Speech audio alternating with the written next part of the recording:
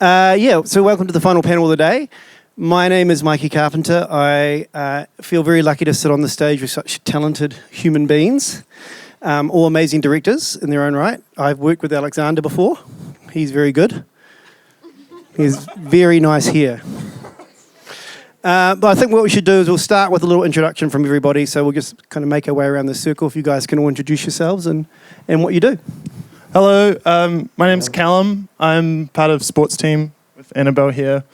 We're a very small production company and we make music videos and web shows and now feature films, and we're, sort of very, very busy and stoked to be here. Nice to see you. I don't know if we met at high school.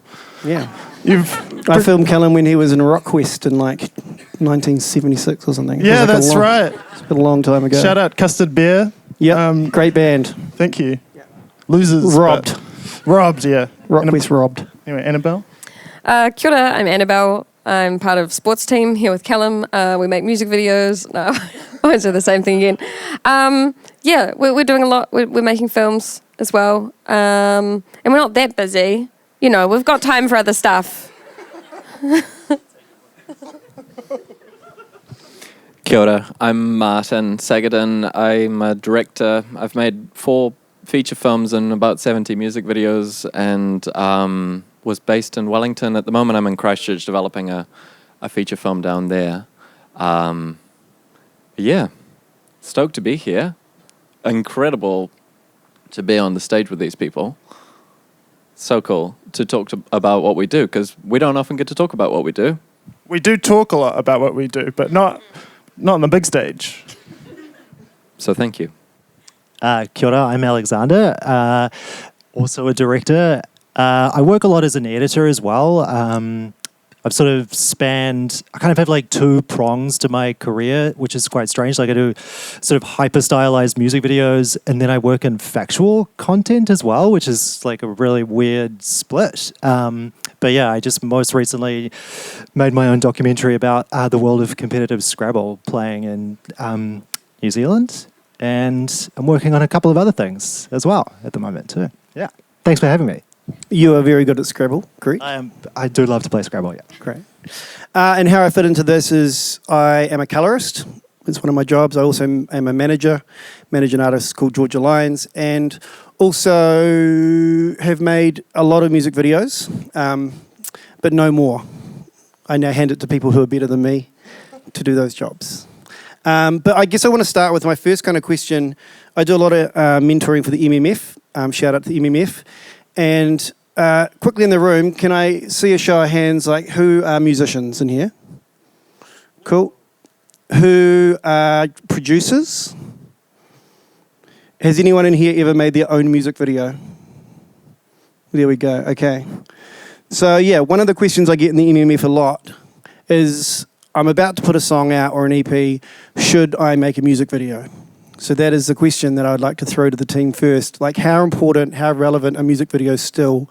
Not just to artists who are at the top of their game, but for brand new artists. We'll start with you, Alex. It's obviously such a pertinent question because the necessity for them is fundamentally changing. But I think what isn't changing and what is actually becoming more and more important is visual content of some description. You can't really have a song that doesn't have a visual life as well. But I think that we are drifting away from a more like traditional MTV style of music video. Obviously, that's not an exactly new idea. But yeah, it's, that's kind of what I would mostly say is like, yes, it's important, but it's different, I think. What do you guys think? Yeah, I think that it's tricky. I think people assume that they do have to have a music video if they get that single funding, especially. They go, okay, well, I'll spend this and then I'll spend, 4 or 5K on a music video. But I think it's a great time to think about other ways you can do it. But I think, yeah, you do need to have the visual element to it. But I've just been talking recently to an artist, Jasmine Mary, about what to do with a single of theirs coming up, because they said to me, they're like, I don't want to do a music video. I want to do something different visual content. So we've been talking about, do we do a behind the scenes video, like a mini doco? Because you can spend that money on something else. It doesn't have to be a music video, or it could be lots of mini music videos. Yeah. Yeah, I would just really quickly jump in and just kind of interrogate what a music video is, right? Hey. I think we should probably talk about that because it is changing, like you say.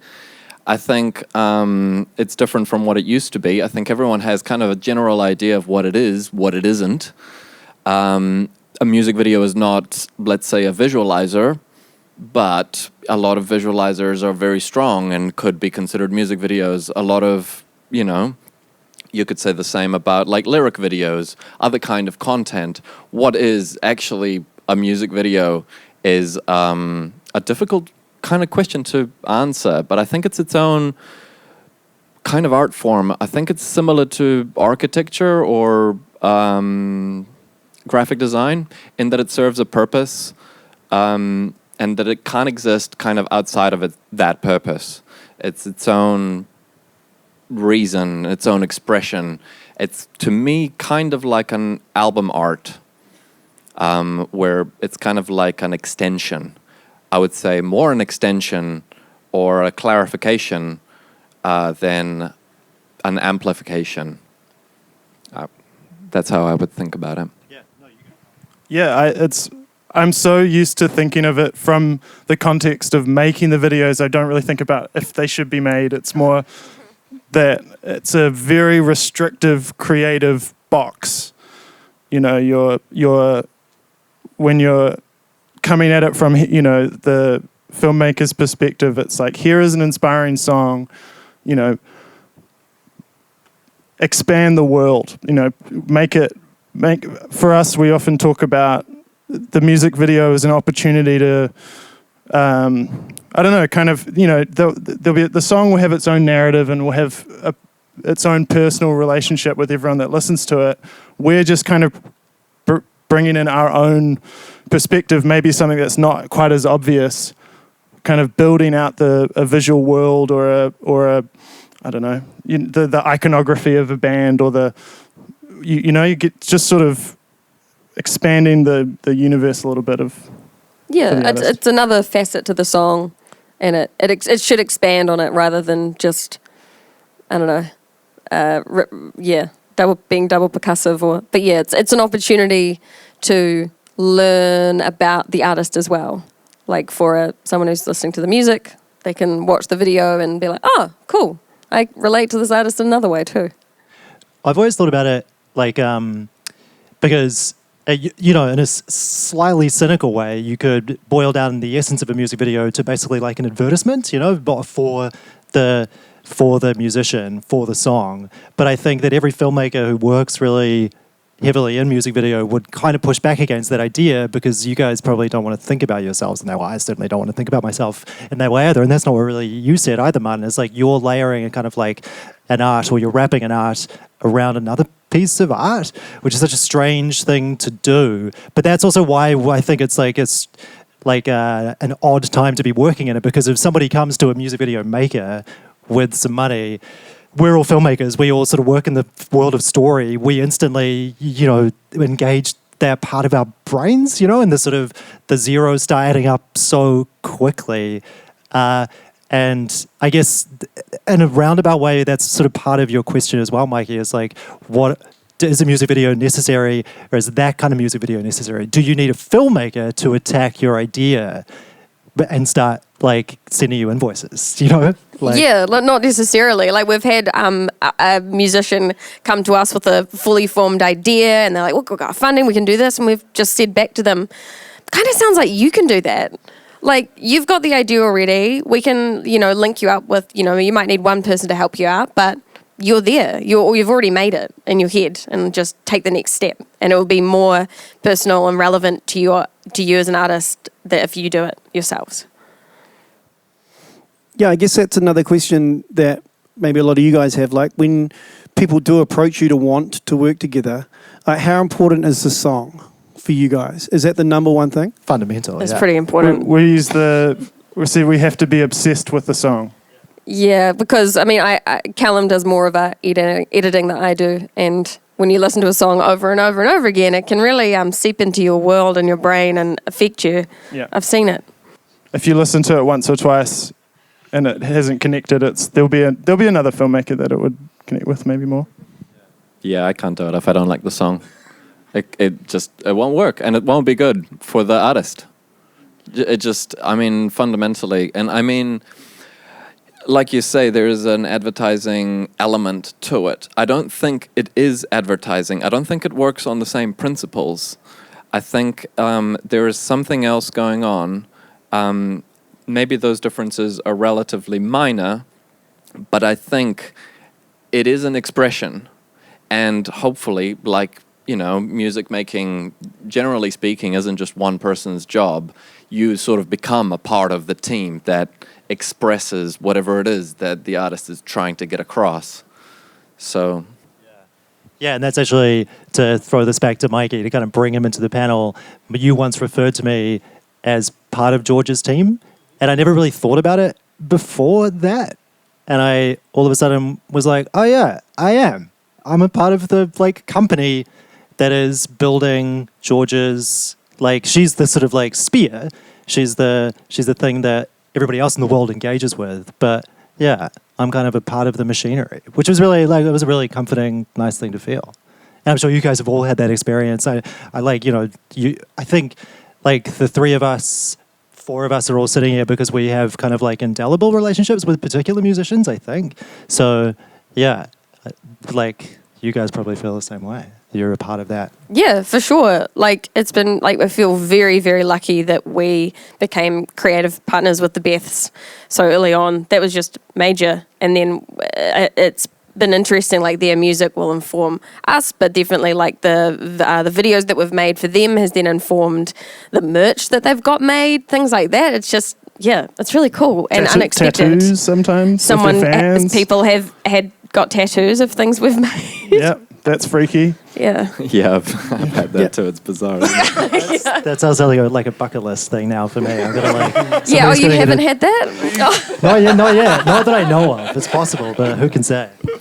I think also from a manager head-on point of view, building your team around your artist is super important. And I'm a big fan of engaging people who are better than I am at doing the correct job. So, having Alexander on our team, even for ideas for videos we've come up with, I've got him to edit them because I know he will do a better job at editing than I would. So, you're totally right. And you guys are both made, I'd love to hear, because Marlon Williams' videos to me are great. I love all of his videos. I'd love to hear, maybe from you, Martin, what's it like for someone who's, that big when they come to you with an idea? What's that process like? For Marlon Williams in particular, in general, what it's like? For him, yeah. For Marlon, Marlon is someone who I co-direct with. I co-direct a lot with my artists. What that means, basically, is completely different with every single person. With Marlon, that means he will have a final say over something, and I will try and get to what he wants. He usually has an idea. He's a filmmaker as well as an actor, man of many talents. He comes to me with an idea, and then we discuss the percentage of what this is going to be Marlon's and what is going to be mine. And basically, it's usually around 50-50. It can totally go back and forth. But, it's a conversation. It's a dialogue, and a dialogue meaning two people are talking. And it's hard to draw the line sometimes where exactly I begin and where he ends and so on when it comes to that kind of collaboration. And then obviously there's other collaborators as well. There's, there'll be a cinematographer. There'll be, often an editor or a colorist. Can do a lot to shape the thing itself. Let's say, for example, with Marlon for the My Boy video, that music video shoot ended up, we had a photographer, Emma Wallbanks, who's phenomenal, take behind the scenes of that shoot, and that ended up being the album cover for the whole album. So it kind of, extended the world. It was the world of the video, but it also became the world of the album that they were gonna then sell. So I mean, that's kind of that's where the advertising thing kind of comes into it, I guess, is that your purpose is to sell records or increase streaming and so on. Or just build profile. Build profile, yeah. And I think the question more and more is like, what does that mean, and what does success look like within that scale? Because I've had, I've still got videos that haven't broken a couple of hundred, and I've got videos that are in the millions, and I couldn't tell you what success is really when I compare that with what's really doing numbers, which is the Baby Shark songs on YouTube. That's, if you're after the numbers, then if that's what success is, then that's kind of a music video, right? Like, it's visuals, it's a song. Great song though. But you know what I mean? Like, what's the purpose and what's the end goal is always the question. And Alexander, same thing for you. Obviously made a lot of Chelsea Jade videos. Again, amazing pieces of work. Like, for you working with her, what's that collaboration like? Similar to what Martin just said, I think. Like, Chelsea is somebody that comes in very, very hot with visual ideas, and we've known each other for a long time, so we really have a good shorthand, I guess, creatively and visually. And I think I would just expand on that slightly and say that I don't feel, like almost every musician that I've worked with, it's not a big step for them to start thinking about their music in visual ways. And like, I'm pretty sure like everybody out there is like, has that capacity within it. Like, music, I think, is fundamentally a visual art form as much as it is an oral one. And so that's like, yeah, mostly people are coming to you with a kind of idea, even if they don't know necessarily how to articulate it, they have a sense visually of what they want the world of their song to feel like what it means to like step into that kind of, that expanded universe, I guess, to borrow the Marvel phrase, like of their songs. But Chelsea works super visually and super collaboratively, and we really developed that together, I think, as well. Like, her visual language and mine really grew alongside each other, which was super cool. Yeah, like super fun to do. And so much more rewarding than the videos that I've made where somebody is just deferential, I guess, to you as the filmmaker, which is like great, I guess, like fun, like why they would want to be like that is very understandable, but it's not necessarily the most fun as a creative to sort of be cast adrift and just like, here's the idea, return to me with a complete product, please. I like to work together. Yeah, I wonder if because Callum and I are already two people, that's why we more often get artists coming to us with no idea at all and say, what do you think? Here's the song, pitch some ideas to us. Up to you. You guys take full reins. And so maybe, it's already...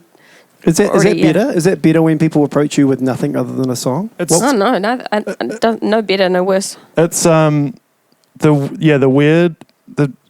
biggest challenge and probably the biggest addictive part of making music videos is that the process is completely different every time. You kind of have to start from scratch. Yep. It's not us being like, here's our sports team model of how we make videos, because every artist's expectations are going to be different. And they have different strengths and things that they can bring to it. They might say, I just find all of this stuff so stressful. I don't like doing the visual stuff. Please just do it all for me. And we've done that. And there's been times where we've worked with someone who's an editor, and they say, cool, I want you to film it, come up with the idea, make it, and I'm going to edit it. It's, we've had every version.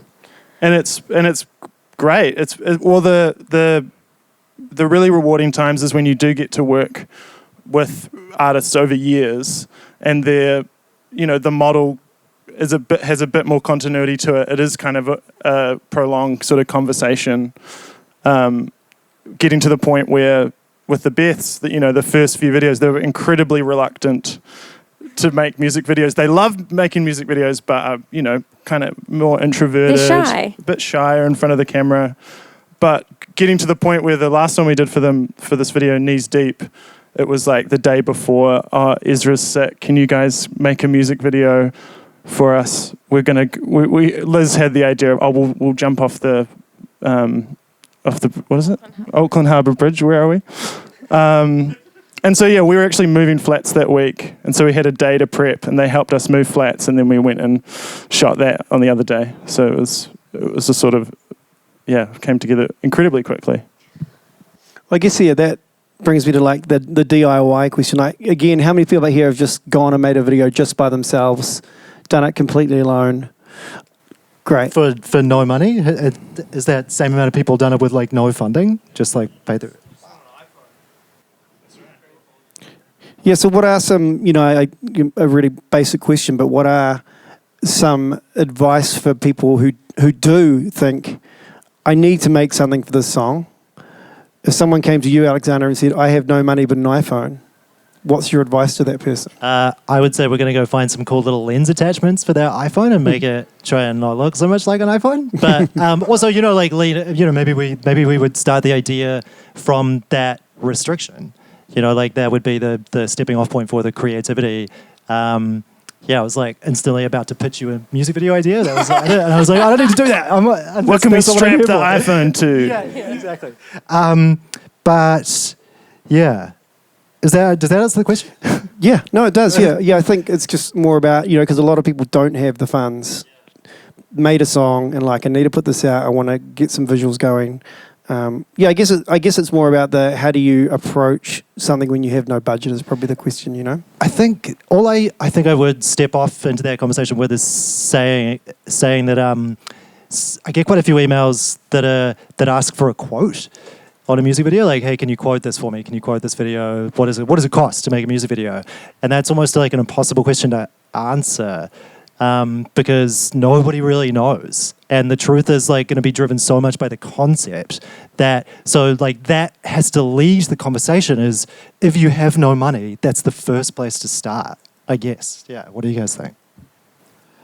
Yeah, I mean, I would answer that in with two answers. First one is, I guess, good, fast, and cheap, and you can only have two of those.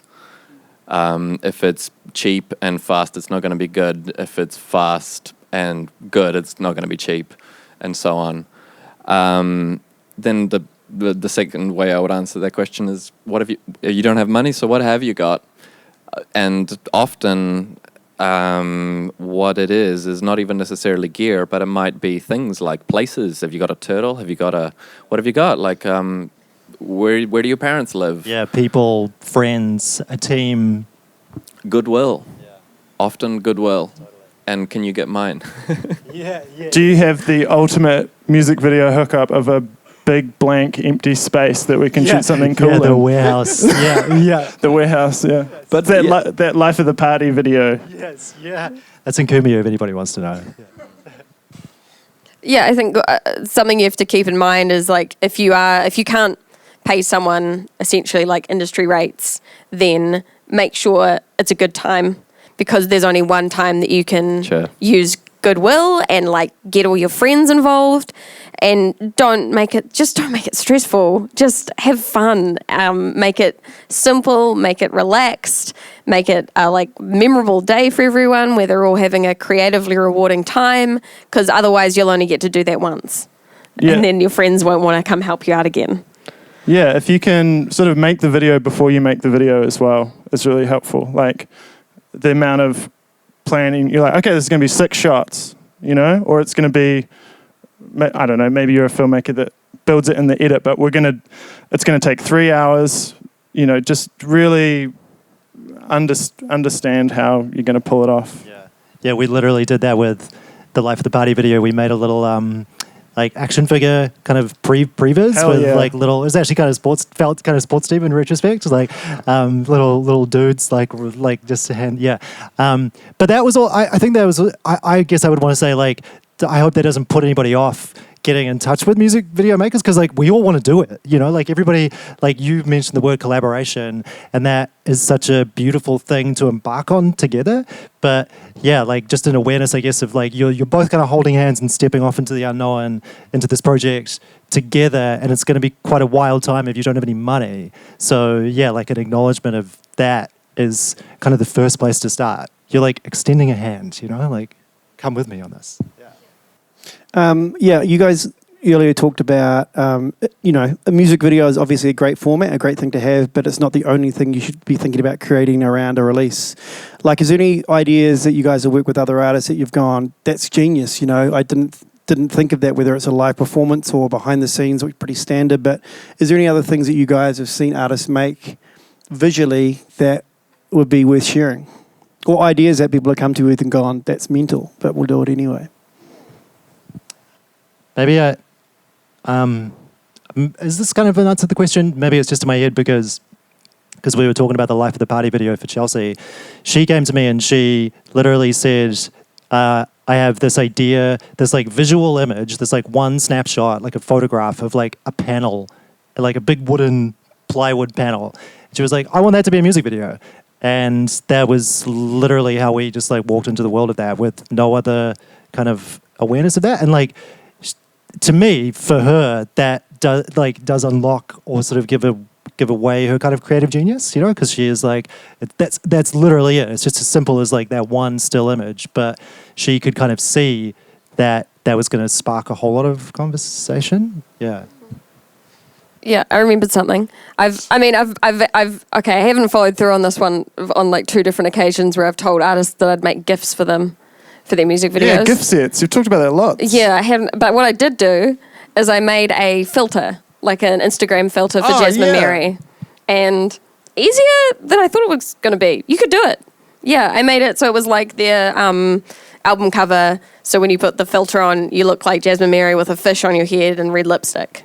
It still crops up every now and then. Yeah. It comes But around. I don't think people know sometimes. Wait, so it's on Instagram? Yeah. So you're cool. Do it. It's, would so recommend. No, yeah. But yeah, make, I don't know, stuff like that. Stuff that people are going to like use and interact with is cool. I think about it with like, I don't know if this is going to make sense. How much with your band or with the musician, how much of a fourth wall there is? Some artists, like to be a bit more mysterious, like to just sort of stay on the stage. There's seems to be like a bit more of a gap between them and their audience. But or like there's their character of their artist and then there's them as a person. Sort of like, when you're at a gig watching a band, can the band see you in the audience and do they talk to you? Do they engage with you? And there are some artists where there's just a wall, and we might as well be on a movie screen. And that's one way to approach it. But if you're down the other end and you're like, I want to be a real person in the crowd with these people, it's like, start a podcast, maybe. Or there are like, other approaches in terms of how you want to be interacting with your audience. There was a project that Pickle Darling did for their album Bigness, of which you guys did one of the videos, but they did a video for every song on that album. And I think the approach was, let's just do it. Let's just try so many different ideas. One you guys did was a slide. Yeah, Lucas said, hey, want to make a video? I don't have any money for you. Do whatever you want. Yeah. So the kind of looseness, as well as kind of an openness to experimentation and like actual like innovation even in cinematic techniques, was kind of what drove that one and produced a lot of goodwill out of a lot of people that were contributing to that project. So it was, in all senses of the word, an overkill in terms of the amount of material that ended up resulting. But that's an example of something that was really out of the box and seemed impossible to begin with. I think we talk a lot about recently is like schemes, sort of if you can kind of pitch it as like, oh, that's a great idea. It'd be very exciting to pull off. Like, that's how we get the Beths hooked usually with an idea, is that it kind of comes across like a scheme. Like, can we pull this off? It's a challenge for them. Yeah, can we pull this off in one day? It's like darts do this all the time. They, that's how they started growing audiences, was with their like crate day. They did a series. It's on their YouTube channel. It's where they did like play like 10 gigs in one day by like strapping all of their amps onto a sack barrow and just going around to different people's flats. It's like, that's a scheme. Mm-hmm. Schemes and memes. Don't let your schemes be dreams. Because it feels amazing. Can I get a tattoo of that, please? Yeah, we'll do t-shirts. Yeah. I should just add really quickly that it's very easy to make a bad music video. I think more than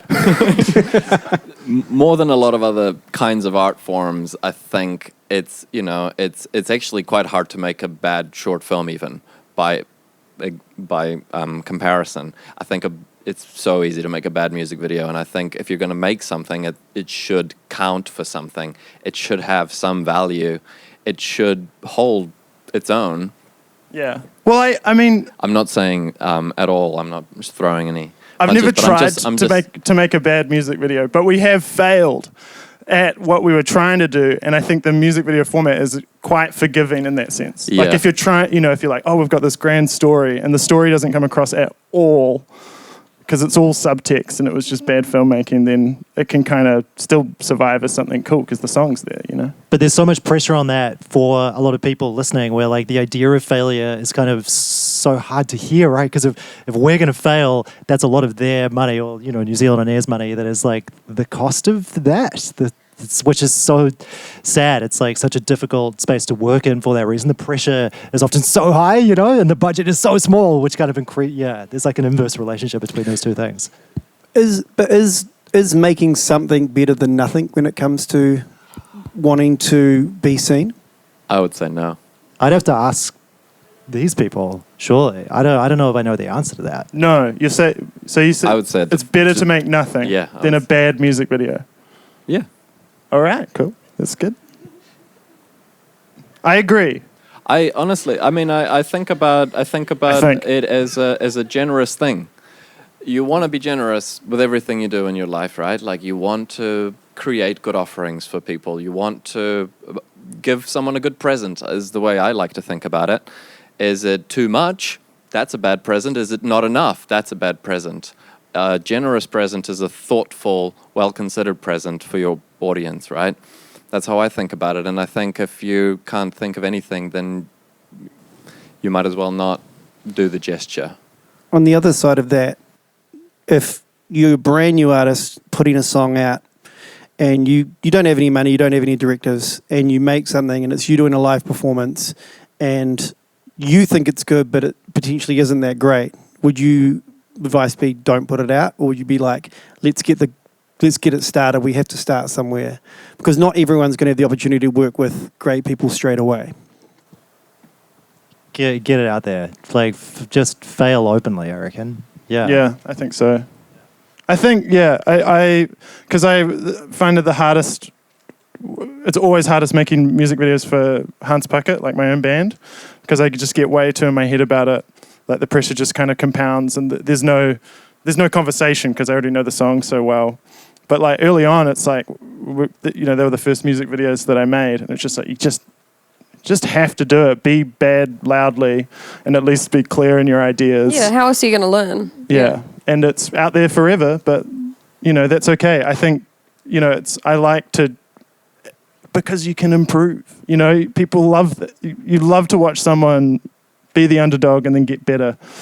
So, yes. There's actually a pretty good overlap, I think, in filmmaking to that too, where like filmmaking is the only medium, I think, that you really can, like, you have to be bad publicly first before you can, there's no opportunity to kind of just go and sit in your room and do it privately. You've got to be rubbish, like, outwardly for such a long time before I think that anybody on this stage, like, made something that they're like, cool, that's good, I like it, like, I'm really proud of that. And yeah, I'm sure a lot of the same thing happens with music, right? Like, you just have to fail openly. Yeah, I feel like it's the same with releasing songs, right? You get sent a lot of songs, especially again with the MMF mentoring, you listen to a lot of music and people are like, I don't know if I should put it out or not, it's not great. It's like, well, if you're never going to put out your music, if you're never going to release anything, you're never going to start. So you have to start. And I also see your point of going, yeah, but I don't want to put shit into the world because then people think I'm shit. But I can look at stuff that I did 20 years ago and hate it. I don't think about it in that way. I'm more kind of mean in terms of, I think about it in terms of, like you say, if it's shit and you don't think that it's shit, and you put it out, great. If you know that it's shit, then don't. Oh yeah, Yeah, totally, 100%. Yes. Yeah, No. yeah. Yes. I feel like that's littering. Yeah. Unless you're contractually obliged to put it out. Look, I know we don't have a lot of time left, and I did see like a lot of hands for a lot of people that have made videos and musicians. So, Willa, if it's okay, I'd love to go to questions a bit earlier because I feel like we might have a few out there in the world. Sorry to throw that on you. I reckon, because I feel like, are there some questions? Hands from people? Yeah, there's quite a few, so I think we should hook in, if that's all right. We'll start down the front. So much. Hi there. I have an 18-year-old brother who's really stubborn. I've told him about South Seas, but he's not keen. I'm just wondering if you know of any internships or pathways that he can... he's a filmmaker. He makes them in his room. He's really good, and I see a lot of potential. Do you know of any... So when he is ready to come to me, I could be like, you can do this, this, this, and then we'll see where it goes from there. I'll just jump in quickly and say any opportunity to get on a film set doing anything is the best way to learn. So whether you're buying coffees for people, like I've never went to film school and I've been 30 years deep into this and made thousands of hours of content, and the only way I learned was to be there. So not saying that film school isn't good or South Seas isn't good, but you do learn. Well, I've learned by being on set with people. So that would be my advice, is like reach out to anyone that he knows that works in film and get on set. Or anybody here as well, like, because like there's one thing that music video makers want is people to come and help, usually on the day, for like reduced rates. So like, yeah, without like exploiting people, you know, like people who are just like keen and sensible and good are like so invaluable to sets. Yeah, for sure. Is this your brother, did you say? Or you? How old is he? He's 18. Can he drive? That's Great. really important. I can't drive. It took me. This will be the year, eh? This is the year. It's for your 30th birthday. Don't do it. Definitely get a driver's license. Also, I think, broadening the net. If there's the passion for filmmaking, it's going to hold. Like for me, it was. Yeah. He's done a few and he's been paid, but I just want him to pursue it more. He's like, I don't want to do it. No, just like join the BFM video team or something and start and then you just do it all the time and you'll work with people who are also, you'll be volunteering, but he'll learn a lot and he'll make connections with people. Just got to find one other person and then you've got a crew. And then you'll be off. And then you're a team. Yeah.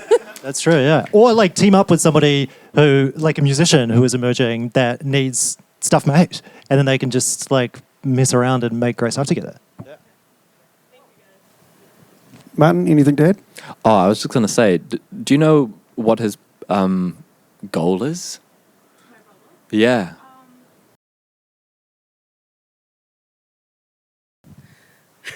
He doesn't know what he wants to do. He's just really talented in a lot of things. He doesn't have a Sounds goal. like a filmmaker. He doesn't to have me. a job. but yeah, he's so much better than what I ever was. I've got the drive. He's got the talent. So maybe I'm the team member there. Yeah, it sounds like you're his team. manager. Yeah. So yeah, get him to just get some. He needs to have something to show people as well. If he's going to put himself out there and say, "I'll make your music video. I'll make your video content," he's got to have just like a something. If it's just one video that he's gone and made, I don't know. Tell him to do the 48-hour film festival or something like that. You know. Great. All right, we'll jump down the front. Kia ora, guys. One thing I heard that you didn't touch on was like short form content. And like, I'm not an artist myself, but I work with artists and produce content for them in that sort of regard. Is there a way of doing it, like, I suppose, measured and like tastefully that isn't just like shovelware with like the TikTok voiceover sort of thing, like a almost short form, like really short, like reels or 1 minute or less type of thing, like social content. Yeah, it depends on the video. Like we did a stop motion video where I just set my phone up filming me like animating, doing one of the stop motion creatures. and then sent that to the artist to do whatever they wanted with it. But that you can't do a cool stop motion video for every artist. It just depends. Mike's actually done some amazing short form stuff for Georgia, like where you've developed a really good voice for her in those spaces, I think. But it's such an interesting question, I think, because usually what happens is you make a video and then the artist says, or their manager says, can I have some social edit cutdowns, please? But to start from that place would be really interesting. Yeah. Yeah, I think something that we've done in the last year is made music videos that are potentially boring for 3 minutes but are really good for 20 seconds. Yeah. So if you were to watch the whole thing, you'd be like, it's kind that of was boring. really hard for me to get Yeah. It was like, cut this thing, and I was like, oh, I can't do it. And I say to Alex, he's like, I don't think it works as a whole thing. I'm like, but how good is the chorus? He's like, it's great. I'm like, well, that's all we're probably going to see. So we think about that a lot as well, going, how good is this short? Is it? And because we know it's probably going to be seen more shorter, reels, stories, let's just make a long version of it so that sits on YouTube, because every platform has its place for the content, right, in this day. And I think another thing with your artists, if they are a great personality, if they do have a voice and they are funny and charismatic, you have to use that, because that's if they want to be seen that way. And another thing I'd say is, like, for TikTok, I always just say, just do what you're good at. Like, if you're a singer, sing. Don't do cooking, Can I just add really quickly, I would really recommend that whatever you do, even if you're doing it for no money, whatever it is that you're doing, have a conversation about deliverables right off the bat. What it is that you want. What kind of files do you want out of this? How many of these shorts? Because that's going to depend, that will result in some pretty key decision making. For example, things like aspect ratio, which affects things like set design. So let's say that you want it to end up as short form. That probably means it's going to be more square or more vertical than widescreen, right? So a conversation about deliverables can impact so many other decisions along the way. So if you have that conversation first, then you can kind of optimize that and, according to your resources, deliver the best thing. Shoot lots of wide shots is what you're saying. All right, who's next? Good question, though. Hello. A lot of you guys have kind of done work covering off sort of documentaries and interview web shows, especially Annabelle and Callum with Trash Recital and the Beth's documentary and stuff like that. That kind of Shout out. that kind of veers into music journalism. That's focusing on displaying the artists themselves as people. How have you kind of approached that within their comfort levels and just in general trying to tell a story through nonfiction?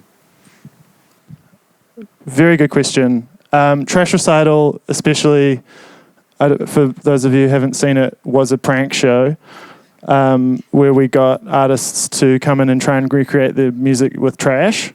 And so right off the bat, most of the people we asked to do that said no.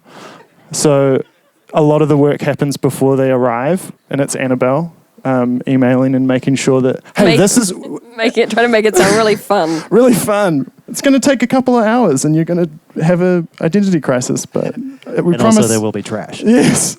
But yeah, I think just being really transparent about what it is you're asking people to do helps. And then in terms of making people feel comfortable, it's just like no one loves to be on camera. It's always gonna, like, that is the job of a director, is to take away self-consciousness and allow people to be comfortable. So it's a tricky one. It's just comes with time, comes with setting the right tone in the room, and making the line between hanging out and rolling the camera really, really thin, and I don't know, there's however you naturally would want to feel, try and make them feel that way as well. I think you've done this, and I've done this as well, is where you shift the power dynamic a little bit and you pass the camera around so that even the band holds it, eh? Yeah. You've done that a bit. That's a fun thing to do. Yeah, to just it's- like even the scale. We're going to make this together, you know? We're like, is a great perspective to have. It's a democratic process. Yeah, Yeah. for sure. Yeah, and it's just also just basic consent. You do that with your friends anyway. If you take a photo of them, you say, "Can I put this on my story?" Or like, "Yeah, I'll check with people if it's okay." You just make people feel comfortable, and you don't do behind the scenes video, or you don't make a documentary about someone without them asking. Yeah, and then also it's your job as the director to communicate the success of the day and the project, because that people on camera, you got no idea how you're coming across. You know, you're like, what's my face looking like? How am I sounding? Tell them if you're doing an extreme close up. They You know, want to know. Cut. That was awesome. This is exactly what I'm looking for. You need to say that stuff. And then at the end of the day, this was a really hard day and we did it and we made a whole music video and it's going to be great. If that's what you believe, you need to communicate that. It always should be fun, right? Like, we're all so lucky to do this as a job, and you guys are not lucky to be artists, but like, it's a weird life that we're all chosen to live. Creating content, music videos, songs, like, it's wild, right? So when we get the chance to be on set and to interact with people, make stuff, like, it should be fun. There should be a don't be a dick rule on every set, right? 100%. Yeah. But documentary is such an interesting point to touch on as well, because you sometimes, or quite often, don't want to necessarily blur that line between camera and subject too, you know, and there can be like interesting ways of having to navigate your way through that with your quote subject unquote. Music content, I guess, is like different again for that reason, because I guess of the sort of advertorial nature of it. I hate using that word, it sounds like a slur, but you know, you guys know what I mean, I think. But yeah, I think it depends on the purpose, right? Always. Is it you making the film, or is it you trying to sell the record? Thank you. Here. Do we want to just Quick fire. Why don't you just ask them all at the same time? We can do them all.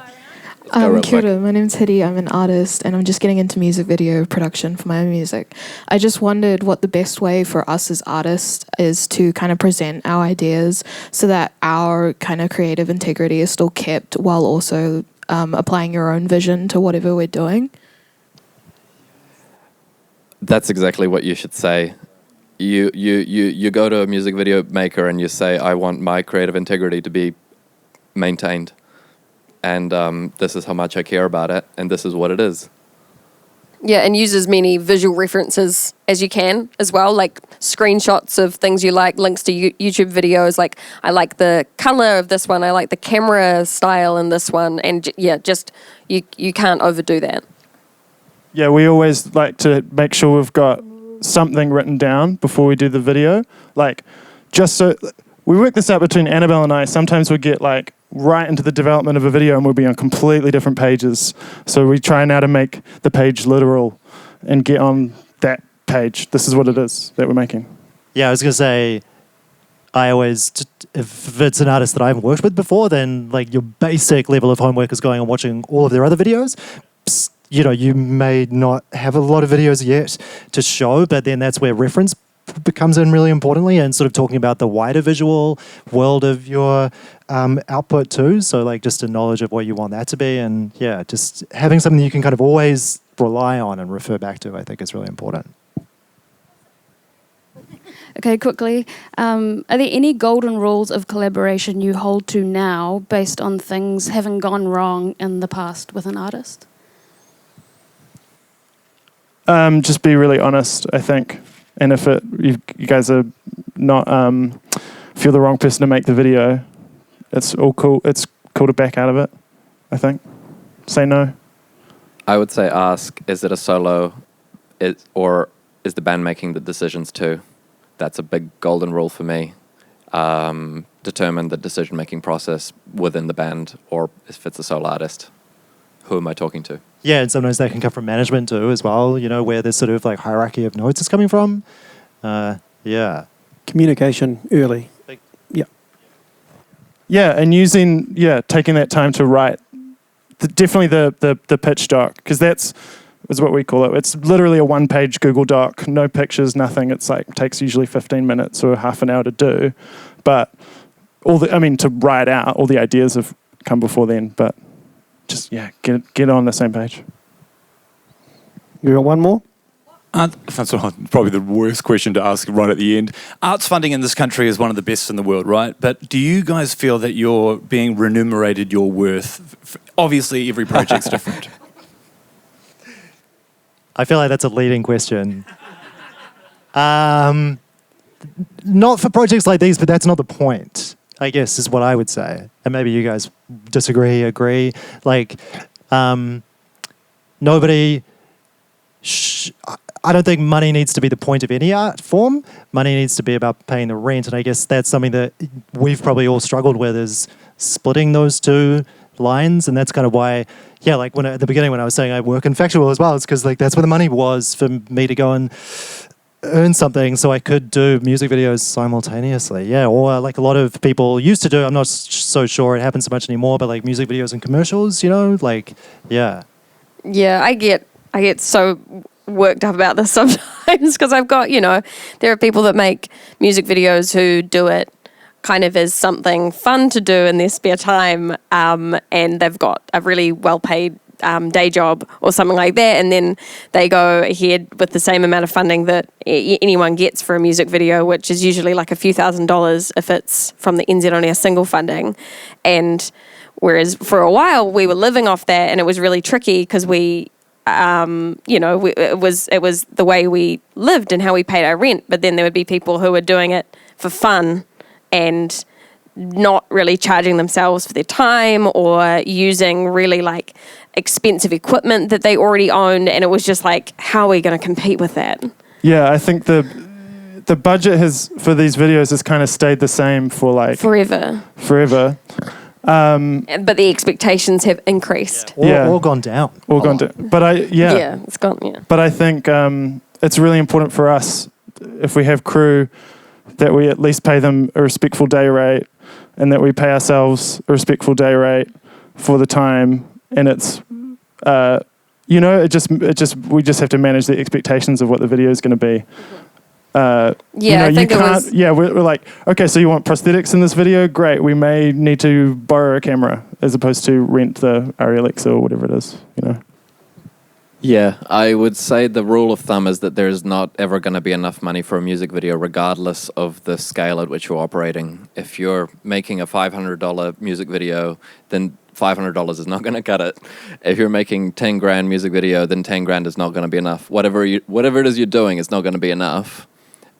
My rule of thumb is, honestly, no matter what scale you're operating, it's not going to be enough. So you have to find some way to be imaginative and creative with the way that you're going to be spending it, and hopefully you get paid as well. And then, at the very least, try and make it a good time. Yes. But also, Steve Albini, RIB, recently... sorry, I'll start that again. Steve Albini was a big fan of not worrying about money once you were in the project. He was, it was about like honoring the thing that you're trying to do and kind of leaving finances at the door, and like that, honestly, that obviously only goes so far, but that's something that I really try and think about once I'm actually doing it, like iron out the money chat first, and then once you're underway, you can kind of hopefully leave that behind and just like honor the art. I think it's really important to note that resentment can build over time from all sides when it comes to money side of things. So again, the good time thing is something to seriously underline. Choice. Mm-hmm. Well, we're going to leave it there. Thank you, team. Everybody on stage, thank you guys for coming. Going to hand it back over to Kush and Kath.